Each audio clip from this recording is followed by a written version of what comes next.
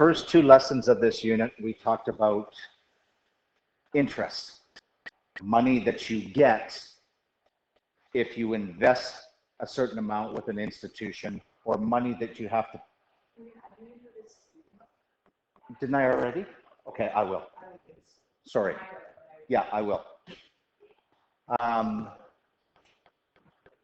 Where was I? Oh, yeah. And you could also pay interest if you borrow money. Well, most of the examples that we did when calculating interest, we were investing money. But you can use the same formulas depending on what formulas, simple interest or compound interest, the bank uses, or financial institution, when you borrow money. And the act of borrowing money with the idea of paying it back later is what we call credit. So that's really what we're going to look at now, is credit. And it's used often. You will all use credit at one point in your life. Okay? Maybe you've used credit already.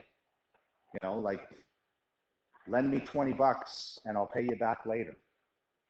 Well, that's a pretty easy credit because the person that lent you the 20 bucks probably didn't charge you interest. You just paid back 20 bucks. Okay? What do we use credit for? Big purchases. But also, like, I shouldn't have maybe put that. Often we use certain types of credit for big purchases. Like if you're buying a house, if you're doing major renovations to your house, if you're buying a vehicle, okay, things like that. You use certain types of credit. You can use credit for smaller things as well, and usually you use a credit card, like say things like groceries or clothing or entertainment. Depending on what you're using the credit to buy, okay, and depending on other factors dictates what type of credit you want to use. And I talked in the last lesson about that 2007 recession. Okay. Another big problem with that recession was that a lot of people, they weren't able to pay off their credit. They just didn't have the money to pay it off.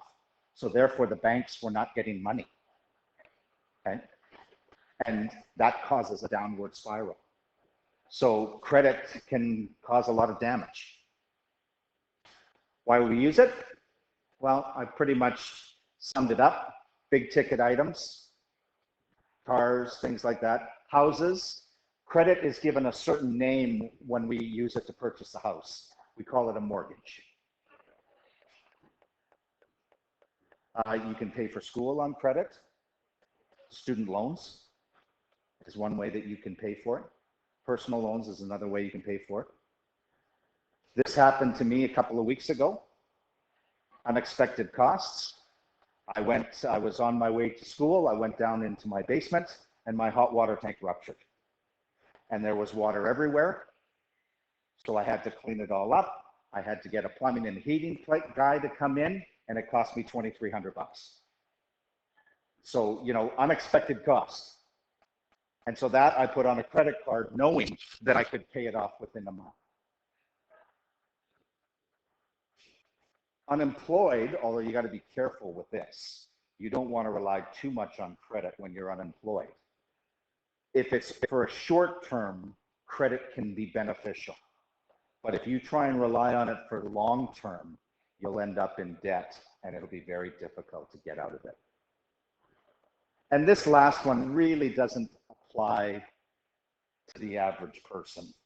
I mean, some people actually use credit so that they can invest it. So they'll borrow money, they'll go invest it into something that they think that they can get a lot of money out of quickly, and then they'll pay off their credit, and whatever they have left is theirs. But boy, you've got to be really knowledgeable if you're going to play that game. Like, I wouldn't want to play that game. Okay, credit approval. Well, you usually get it from credit card companies, banks, other financial institutions. Okay, those are the common sources where you get credit from. And how do you get approved for credit? Well, sometimes credit cards, they say that you're pre-approved, right? Which makes the credit cards very accessible. And a lot of times it'll just require a signature.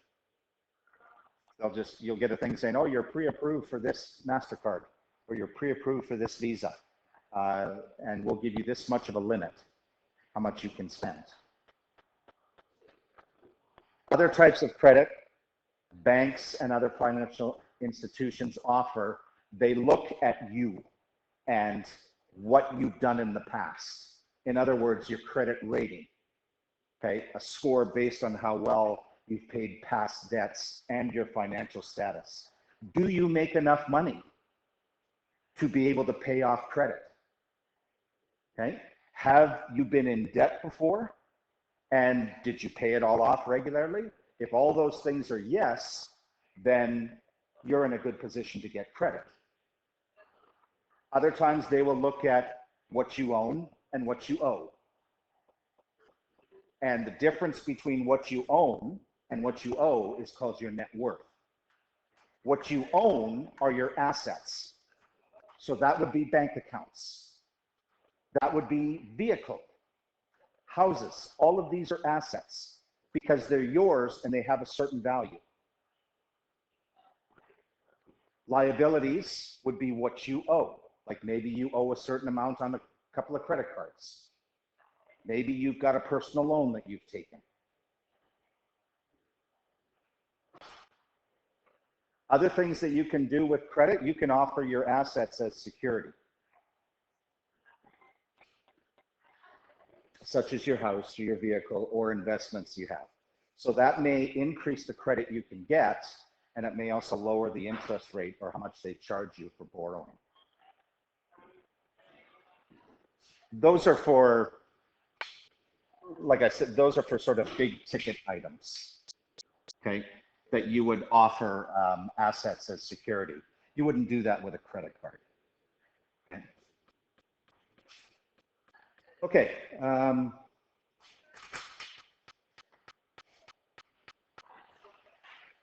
Here are the types of credit available. Credit cards. So a credit card is a physical card that you get, okay?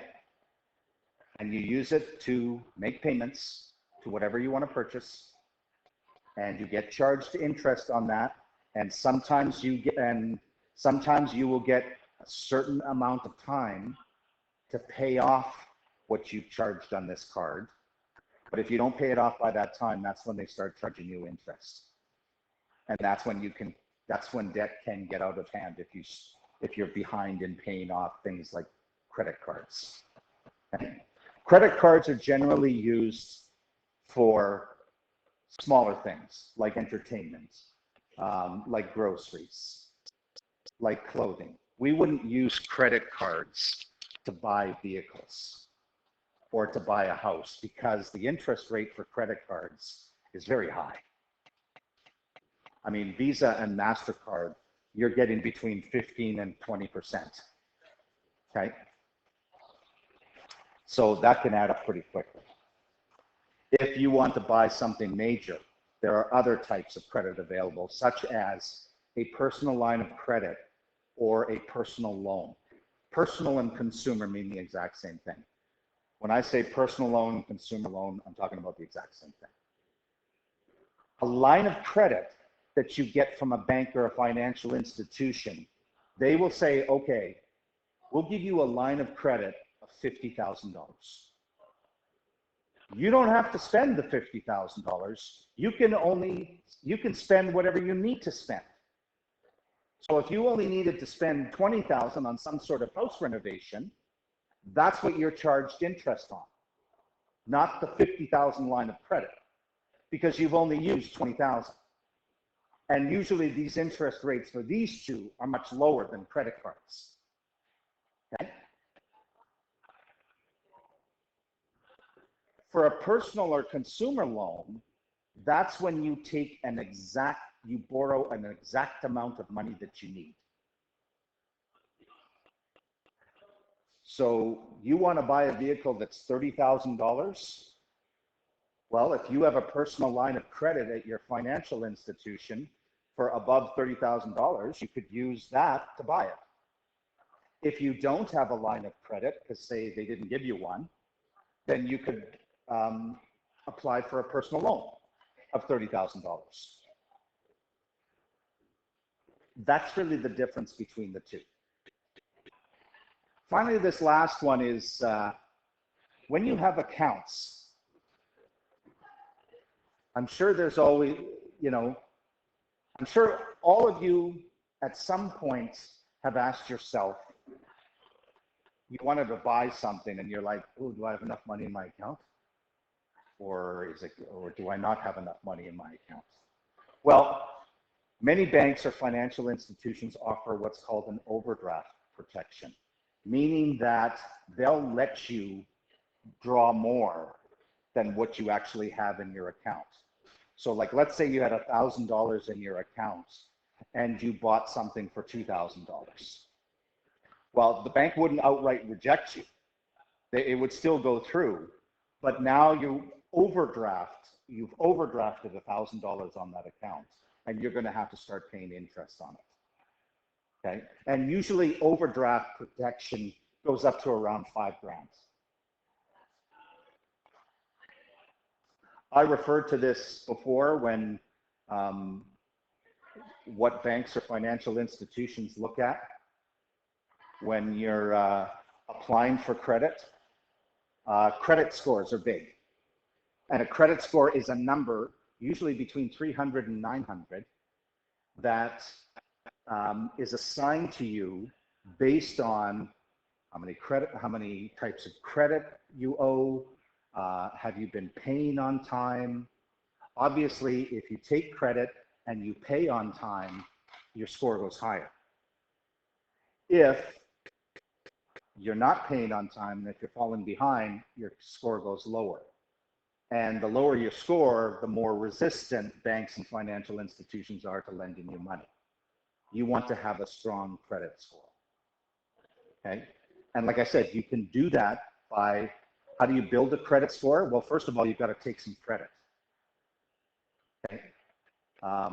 And a lot of times, like even if you want to rent an apartment or something like that, the places will look at your credit score as well, just to make sure, are they going to be able to pay the rent? So you want to be able to build a credit score, which means you're going to have to take some credit, get a credit card, use it, make sure you pay it off, the amount off by the time that it's due, and your credit score goes up.